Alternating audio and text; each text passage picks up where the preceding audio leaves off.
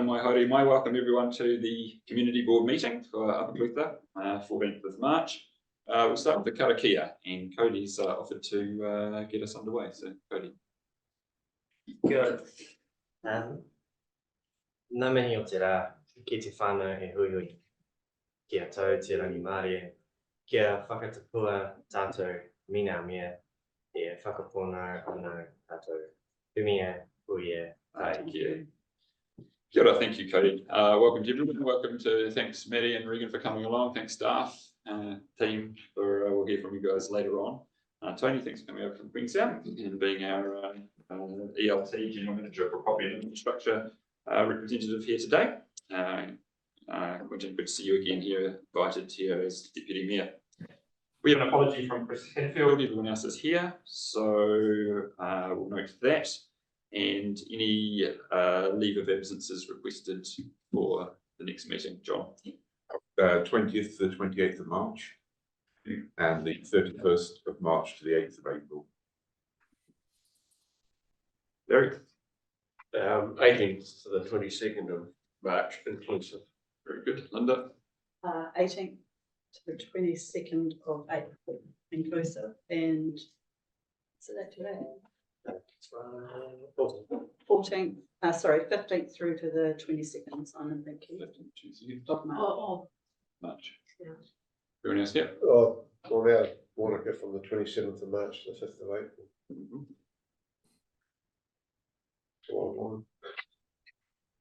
Quentin and I are last man standing. Okay, we'll hold the fort for you guys. Don't worry, it's fine. Broad shoulders and all that.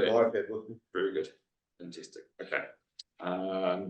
I'll move a motion that Chris's leave be accepted and those leave of absences be accepted. Anyone else like to second that? Yeah.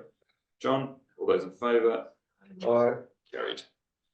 Any conflicts of interest that are arising from the agenda today for anybody? Very good. We'll move on from that. There's no matters lying on the table, so we'll move straight to public forum, and we have one individual for public forum, which is Doug Fraser, who's going to join us online, which is great because he's based down in Southland, and Doug's going to talk to us about the future development of Glendew Bay Camp. So welcome, Doug.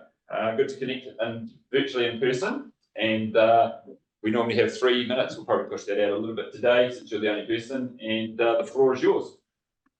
Yep, thanks, Simon. Thank you, councillors and board members. Actually in Raglan at the moment, at the old hotel at Raglan, so doing a bit of a tour around up here. So hopefully the background noise, not too great. Just by way of introduction, as you said, I'm a farmer from Western Southland, sheep and dairy, now retired from the day-to-day engagement, the management of that. Also a retired company director of 30 years experience and a chartered fellow of the Institute of Directors. So that's just by way of introduction.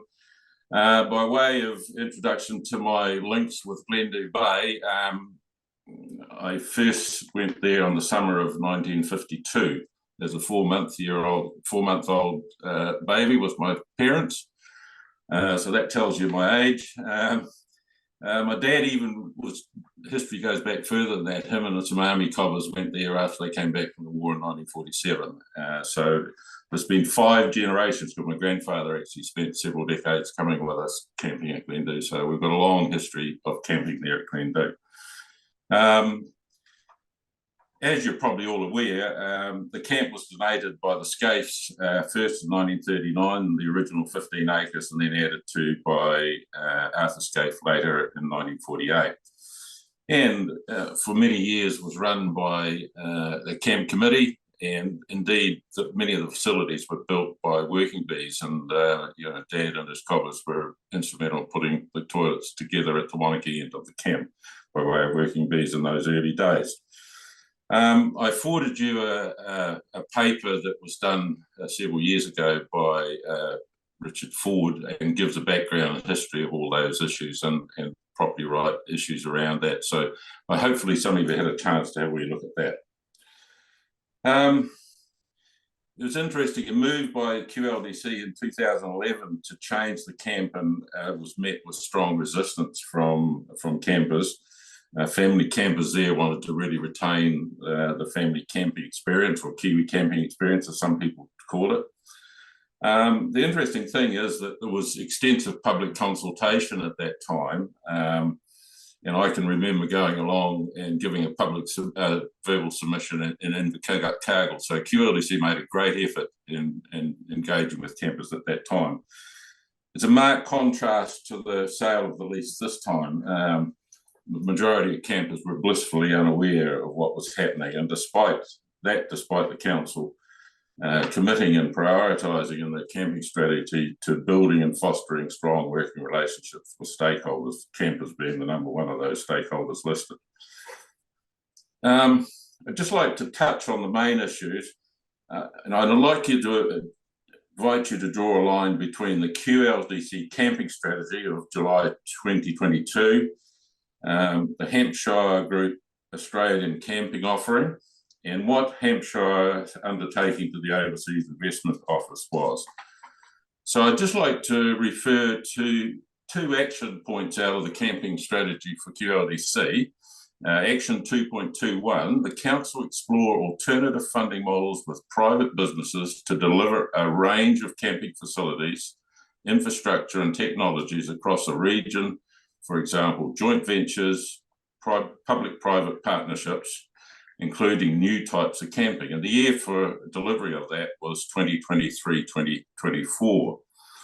And action 4.11 was the council prioritise the management tools that have the greatest return on investment and redirects funds based on the most effective initiatives. So that's what's telling us campers that the strategy suggests that in the year 2023-24 period, QLDC will be looking to explore alternative models that deliver a range of camping facilities, including new types of camping that deliver the greatest return on investment from QLDC. And all this on a property donated to the campers of New Zealand by the very generous Scaife family. No acknowledgement in that camping strategy of the donation from the Scaifes, and no acknowledgement of the Kiwi camping experience. And it's interesting to note there the consultants, Allen and Clark, that put that strategy together for QLDC, looked at several different camping strategies. One was Central Otago 2010, one from Tasman 2020, one from the UK, the Peak District in 2012, but 7 Australian strategies. And I would suggest there's been a quite bias towards what's been offered in the Australian camping system. And I invite you to, look at what the general camping system is in Australia. Hampshire have high cost, high-end cabins and chalets. That's their first point of call. And even on the website now for Glendale Bay, it's all those proposals first, and it's the camping and pad sites and camping is the last on the list. The other thing that Hampshire and the Australian camping system does is have differential pricing based on site and season. And it's interesting to note, I just went onto the Glendale Bay website last night just to see what was happening there. And for Easter, they're proposing that the cost per person over those 5 days goes from $20 to $40. So despite Mr. Bayliss telling me, that's the New Zealand manager for Hampshire, that they didn't intend to bring differential pricing to Glendale Bay, that is already happening. So, Doug, I appreciate the background context. I'm conscious that we normally have 3 minutes. We're up to about 6 minutes, which is fine. So I'm just wondering whether we could just bring it to what you would like the community, this background information and the papers we've already read that you have sent to us. What would you, what's your observation for the community board or recommendation for the community board? Well, yeah, okay. There's 2 solutions, best solutions, I suggest. That is one, first to return the camp to governance or management of a lessee that respects the Kiwi camping experience. That's the first one. And with that respect, we're actually forming a camping association at the moment. We're going through the legal process of setting up an incorporated society to do that. Because remember, the OIA had specific things to tell Hampshire that they shouldn't change their strategy at Glendale Bay, and they had to meet with us as campers. And I'm suggesting, and I was going to talk to you about that those things haven't happened. And certainly that there's changes afoot, and changes already happening at Glendale Bay that move it away from the Kiwi camping experience. The other option, of course, is for QLDC to have a camping strategy that reflects what the OIO says. And I've asked through the council earlier this year, late last year, for that to happen, and there seems to be a marked reluctance to do that. So, and in essence, what I would like to see that the governors, and that includes the councillors at QLDC and yourself, have a role in if there's any change in the way that the camping is administered or run, that it be a governance decision rather than a management decision. So they're the key issues. Thank you, Doug. Appreciate your time, Doug. You've been very articulate with your case, so thank you for that. You've supplied us with some other background information, which was the original sort of property rights paper, and then some discussions that you've had with Hampshire, and you've given us full thing there. And we really appreciate that you brought it to our attention, and it's for the community board members and the councillors to reflect on that. So thanks for being part of the public forum this morning, Doug. Is there any questions or issues that any of the councillors want to raise? About time for that, and as chair, I'm at 9 minutes in, and with the rest of the meeting to run. You've put your case well forward, and we'll be taking that away, as is the case normally in a public forum. Yep. Thank you very much, Doug. Simon, what is the situation? Doug, as chair, and as you will respect, the public forum is not for a debate or for a question and answer session. It's for for alerting the board members. So what is what my query is really? What opportunity do campers have to have meaningful input? So if I can't come here in the same situation at QLDC Council, when do we have an opportunity to actually meaningfully discuss the issue with the governors? You put it to the community board. The other option is for you is to put in to address correspondence directly to either officers or to the mayor or to other elected officials. But as part of this public forum, we're going to have to leave it there. Thank you, Doug. Okay, thank you. I'll have to deal it through the media by the looks. I've kept that out at the moment, but obviously that's the best way for us to manage it. Okay, thanks, Simon. Thanks, councillors. Much appreciated. Okay, bye. Very good. Okay, no one else is for the public forum, so thank you for that. Moving on to the confirmation of the agenda.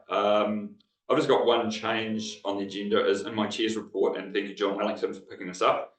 Considering I'm spending all my life organising this health meeting on the 20th of March, I'm not sure how the slip of the key got to the 29th of March. So just an alteration for my chair's report is that the community health meeting will be on the 20th of March, not the 29th.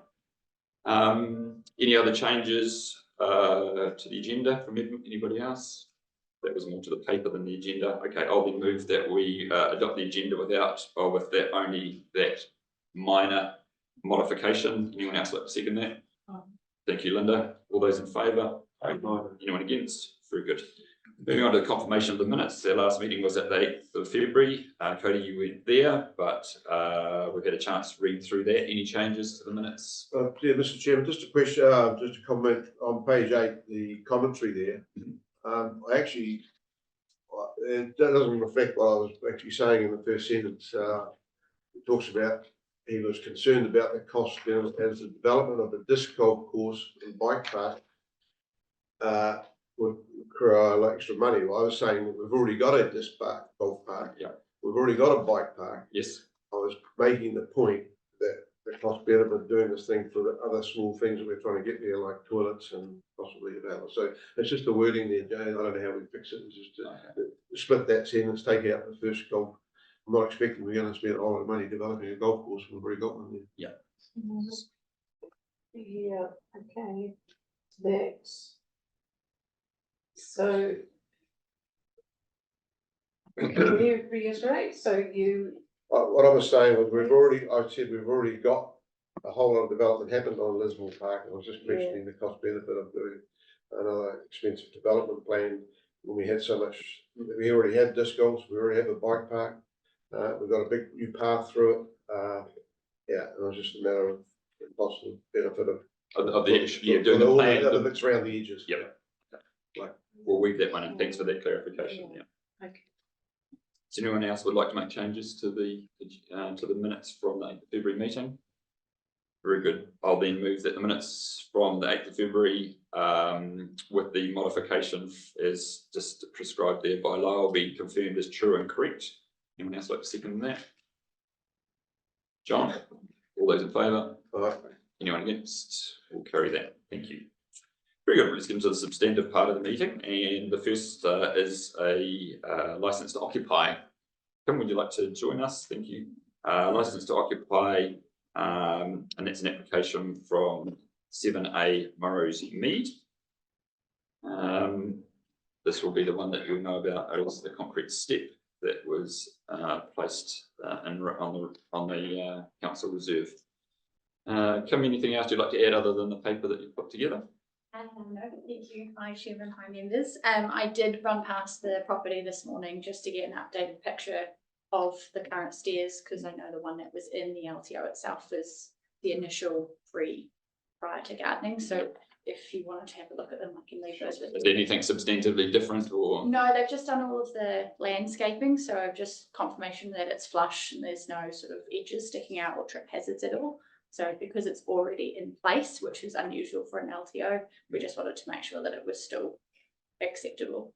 Has anyone got any comments or questions around this leave to occupy license to occupy?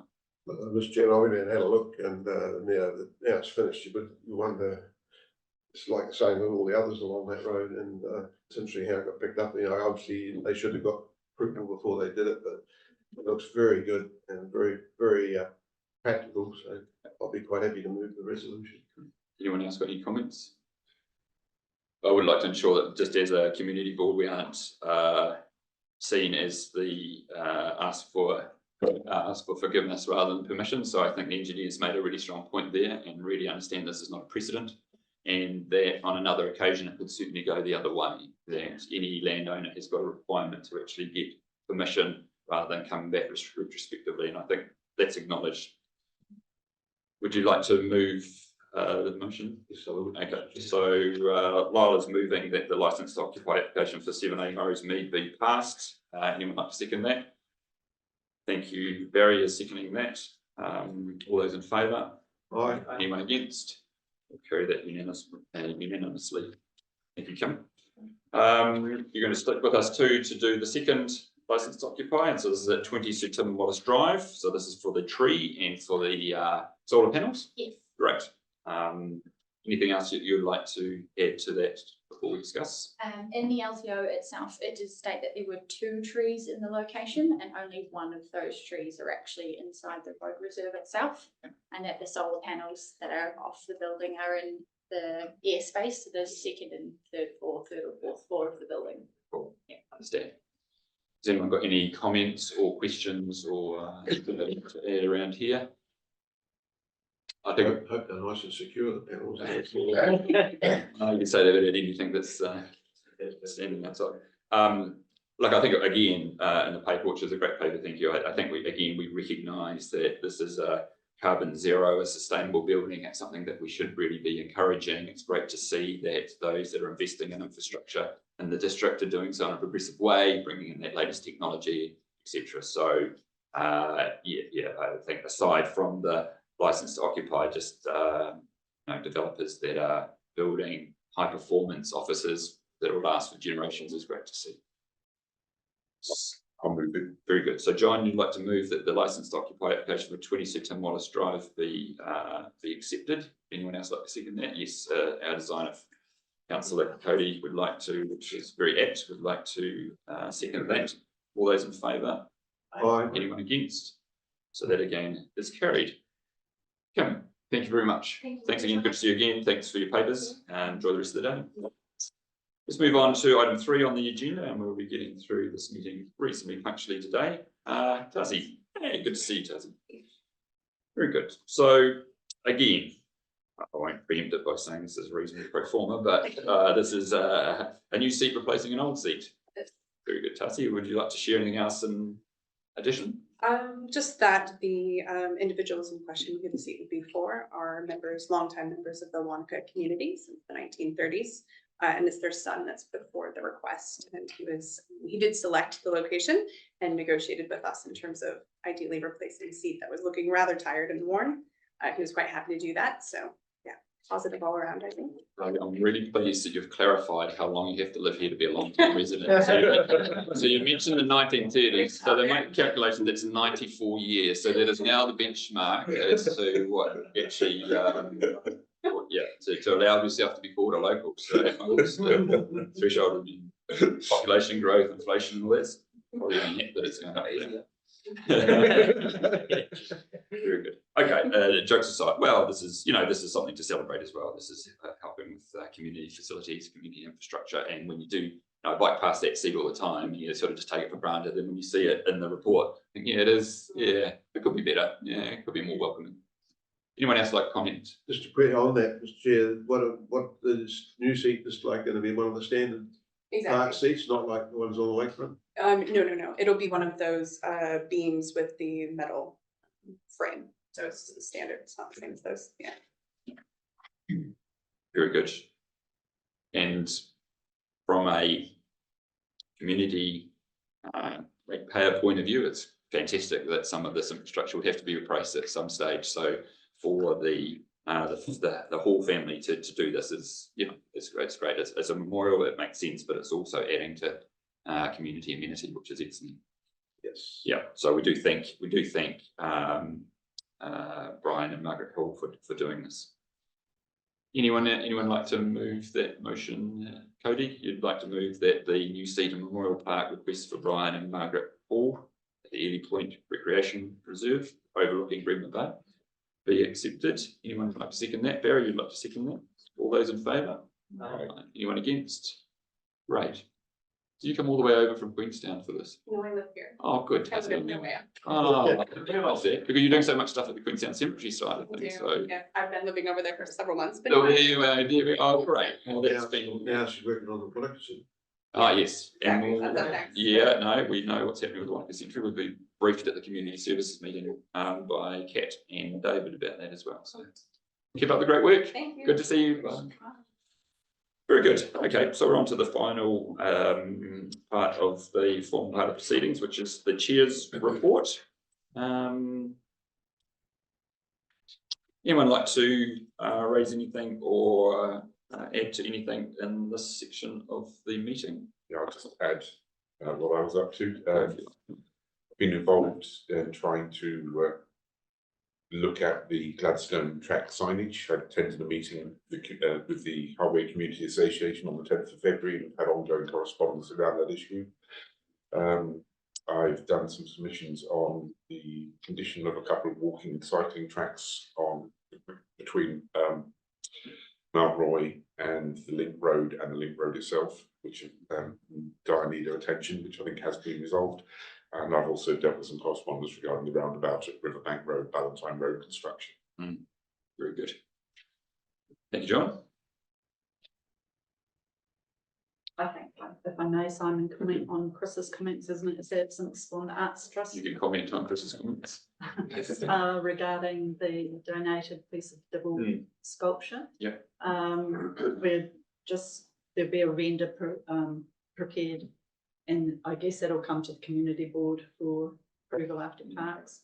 Parks are open to it. So met with Maddie down there the other day, and we'll be presenting that before the end of this month to Parks to make sure they're all happy with it, and then I guess that'll come to the community board for approval. And I wondered, and I see that, do we have a discussion around the AMP show parking? That's well, if it's in the if it's somewhere noted, which I think it is, yeah, we absolutely. His point regarding the new park and ride consent, I myself felt that went really, really well for the show. 400 odd vehicles parked in there weren't parked in the CBD, which really eased a lot of the, I think, traffic, conjuncture of roading and things that were happening. Traffic seemed to flow really well. I think the roading this time was, with the bikes down there, was just amazing to see, on the number of bikes parked on the lakefront there being looked after by Diana, and it was just I think a really well managed traffic wise show this year, best that I've ever seen anyway. Comment on that. Sure. Yeah, but I mean, it did work well from a park and ride, but it did exceed its scale and number by what was agreed by a significant amount. We had 200. So just to clarify, we're talking at the base of Mount Iron. Yes, base of Mount Iron. Yep. We'd agreed to 200 cars in a restricted area, and it was completely unrestricted and up to 500 cars. So I think we need to be careful in the future around firstly, that what we sign up for is what we get, and secondly, that we are protecting the reserves as well. So. Show just gets bigger and bigger, doesn't it? Because Cardrona Valley Road was the same. Yeah, exactly. But I mean, the point is that we agreed to 200 cars in a fenced off area, in a roped off area. That's not what we got. Yeah, I think there will be a conversation with the show around what was agreed to by staff and what actually ended up happening, just like it does, another time. So I think that will be a conversation that's been had. It was great to see the bike parking was just chocker full, and people were really engaged at that. And I think we can encourage the show to step that up again, because it was manned for we're looking after that down by the McDougall Ardmore Street junction there. And I think if we could replicate that up at the skate park end as well, that would be really, really good. But I've got a photo of, 120 bikes at one stage. Any other comments around the chair's report? Just a couple, Mr. Chairman, just an update. Abbeyfield Group Steering Group had its second meeting yesterday. We've got, from the first information going out to the public, we've got some 2 or 3 new volunteers, very useful people. One of the men was involved in the development of the Hornby Abbeyfield, so he brings a lot of experience, and so that's progressing, and we've got some actions to move on to incorporate that as part of the whole Abbeyfield New Zealand process. And I think a letter will be going from the steering group to council, just to formally put on the table what into the land strategy, whether there's any opportunity for purchasing or getting some land available for this site, acknowledging it's a very small area, but that's just what's the next step. Great. The other comment was just on Linda's paragraph 18. I think it's changed wastewater to stormwater. She talked about wastewater management. It should be stormwater management. Stormwater management. Just an editorial. Great, thank you. Thank you very much. We've created a little bit of not a stir, but some momentum, I think, in the community about the meeting, the call to action around medical services and healthcare services in the Clutha, and that's happening on the Wednesday, the 20th of March. I think there's going to be a good response. I've been inundated with people asking questions, so much so that I'm probably up to about 40 questions now, and so it's really eliciting. People are really getting in behind it. So just can continue to encourage people to attend, to show Te Whatu Ora and Health New Zealand that it is really important to the community. I think the breadth of conversation will be ranging from after hours urgent care and the challenge we've got around that, to mental health services, to accessibility and need to travel for routine procedures, and some postcode lottery issues around that. There's the maternity care side of things as well. So it's broad ranging. It probably will have a slight accentuation towards the urgent health, urgent care, after hours care side of things. But yeah, just encourage the community to come along and support this this meeting next Wednesday. My apologies for that. Yeah, no, you've always said that you're going to be looking after your aging mother. Could I just grab the papers there? Tony, I just want to bring you just in. I just want to know that this is at the back here. Tony, can we just talk through, since you're here and it's really interesting, that we always get in the attachment A of the chair's report, the projects that are going underway, particularly in the Three Waters area. And there's just a couple here that are sort of orange and reading, and just wanted to just get a sense check from you around that. So Beacon Point, the new reservoir for Beacon Point Road, so for Beacon Point, practical completion, yeah, where are we at with that particular project? So I did check the team, but I think water report was what's recorded, so I know that Beacon Point, I think it's and because of the landscaping works that need to be completed. Yeah. But as far as I know, that's Great. Yeah. great. Okay. It's on. So it's, as you said, it's delivering water, it's active, it's working, but there's the aesthetics around the landscaping of drags a little bit. Quite often is The UV treatment is offering to up there now as well.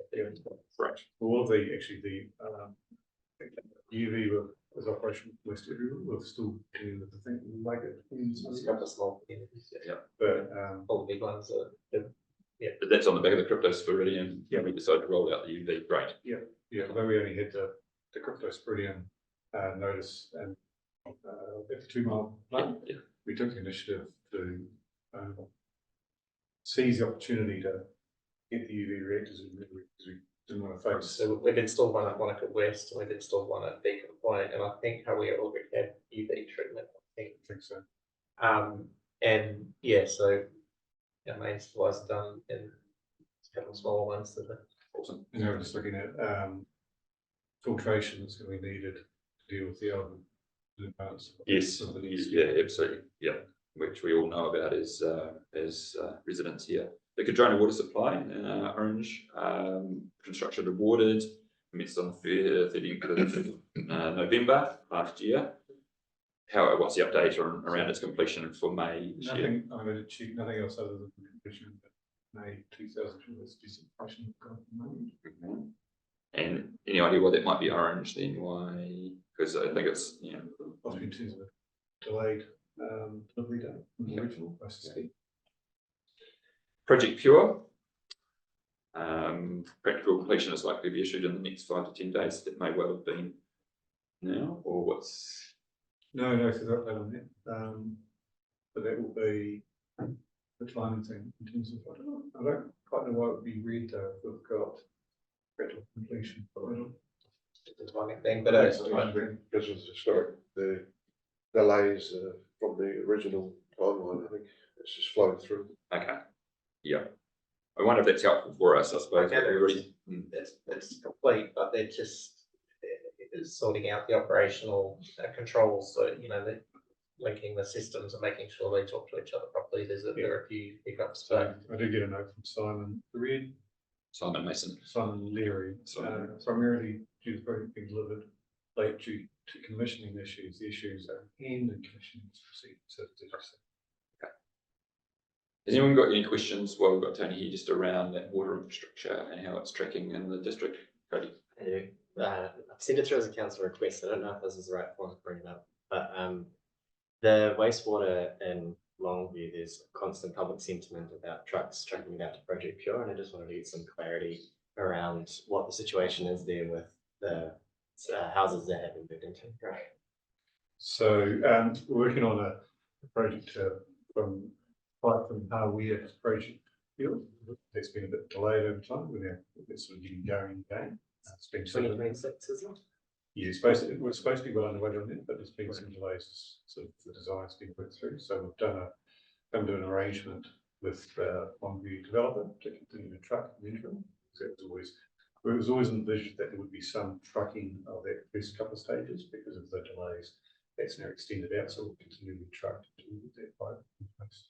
So that'll be the case until the full connection all the way through down the paper road. Yeah, that's going to take some time. And that'll be 2026, 27. Yeah. Don't have the definite time frames, but yeah. But it will be trucking for some time. So and we've got an agreement with the developer around how it's going to operate in buffer tanks. Right, so sort of the septic tank type of situation. Yeah. Great. So if you put in an RFS, that'll provide more. Yeah, I appreciate it. And something that's been raised before, and I'd like us to raise again, is when that link to Project Pure takes place, that consideration be given to if the pipework goes in the road reserve next to the road, that when that land is reinstated, we take the opportunity to make that an active transport link, even if necessarily working with other parties to help fund it.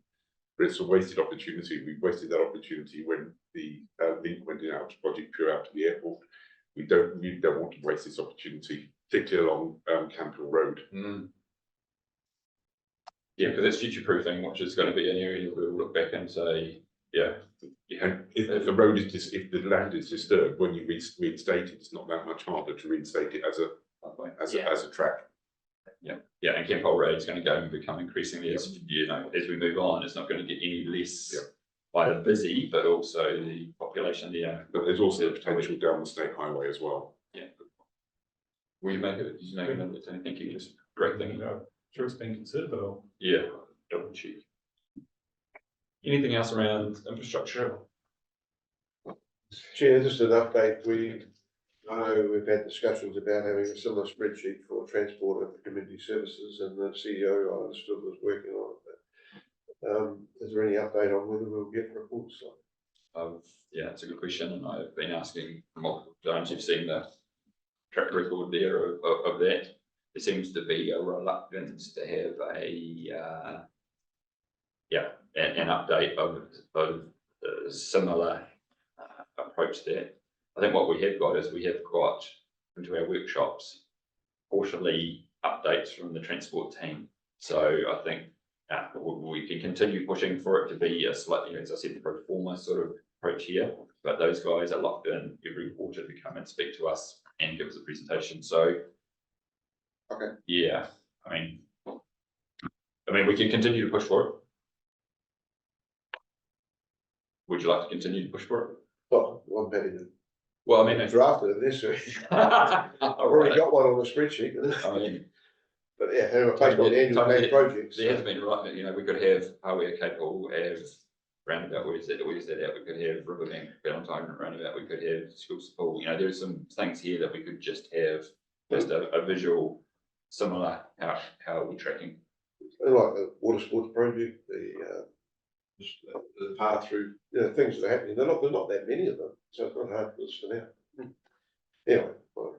Tony, you've been across this because you know that. oh yeah, but there's actually quite a it's may seem to be a simple thing, but that report does take a lot of time. And what's the purpose? Sorry, for being able to have that other than visibility of projects. And what's the point of that's a valid visibility of project. Right, but I mean, I would expect that we've got project tracking mechanisms in place anyway, so I don't accept that it's additional, you know, workload. It's just about exactly the point. It is transparency and understanding. It's not clear why it would be on a community board. That's when there are projects that are underway that we can report on that are of interest to the Wānaka community, which is the point. So why have we got the water ones here? Historically, I don't. And they come out of one part of our reporting system. To be fair, historically we had a Parks and Reserves update as well. Which we moved to quarterly in-person updates there. But it was a report. Oh. Yeah, rather than a presentation. While you've raised this, what are you? I've just raised it again, and we've heard the responses. I would still think if we've got one for the Three Waters, we can't have one for the others. I just can't understand it. So Tony, you can take it away from this meeting and just understand that, you know, that visibility, it does create a little bit of equity too, because I know that probably Quentin's across stuff a little bit more than maybe Cody's across stuff, and maybe I'm a bit more across it than maybe what John's across it. So there is a symmetry of information. This does allow to make sure that all the community board members at a certain juncture are sort of across visibility of how projects are tracking in that transport space. Very good. Okay. Anything else before we move on to the chair's report? All good. Okay. So thank you very much. So as it's my report, I will recommend that the report be accepted. Anyone else like to second that? Thank you, Linda. All those in favour? Aye. Anyone against? Very good. So before I close the meeting, we'll be going into a build workshop, and I would like to start sort of as soon as possible, but we're waiting for Andrew to get here because we are ahead of time. So Andrew will be joining us, and I understand Kylie will be online as well, will she? Did you hear that, Jane? Yes. Yeah, so Kylie from Centec. So we will be having a parking management workshop, and members of Kylie are welcome to stay for that. So I will close this meeting at 10:40, and we can have a break, stick around, and we'll reconvene as soon as Andrew gets here. Thank you, Tim. Andrew is currently, well, in 10 minutes ago, he was in control. Cool. So I think you that's explained the 11:30 start. 11:15 was the published start. But no, well, the published start time was always going to be 11:13 or at the conclusion of the previous meeting, which we concluded at 10:40. I'm just not sure whether that message got through that. I don't know. Should have been Andrew, I know the matrix. Yeah, no, it's all good. It's all good. Right. Stand up, stretch.